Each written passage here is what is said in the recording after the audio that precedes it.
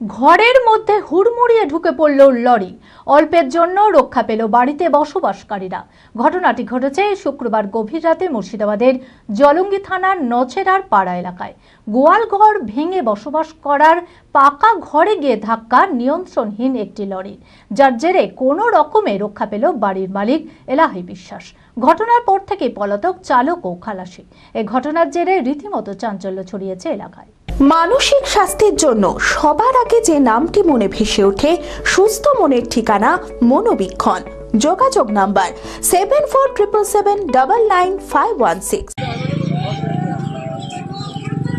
গোয়াল ঘর ভেঙে বসবাস করার পাকা ঘরে গিয়ে ধাক্কা নিয়ন্ত্রণহীন একটি লরির, যার জেরে কোনো ক্রমে রক্ষা পেল বাড়ির মালিক এলাহি বিশ্বাস।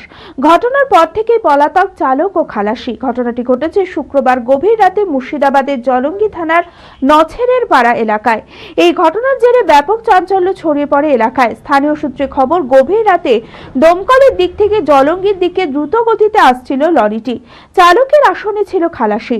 গাড়ি দ্রুত গতিতে থাকায় নিয়ন্ত্রণ হারিয়ে নছেরের পাড়া এলাকায় এলাহি বিশ্বাসের একটি গোয়াল ঘর ভেঙে বসবাস করার পাকা ঘরে ধাক্কা মারে। ঘটনার খবর পেয়ে শনিবার সকালে ঘটনাস্থলে আসেন জলঙ্গি থানার পুলিশ।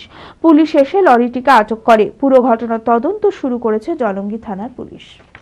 রাত্রি 12:30টার সময় আমার এখানে লরি আসি, ঘরে মেরেছে তাল দিয়ে ঘর ভাঙি ফেলেছে। তাও কি বলবো, ঘর ভাঙিছে তাই বলছি, ড্রাইভার তো ঘুমিয়েছিল নিশ্চয়ই, মারবে কেন?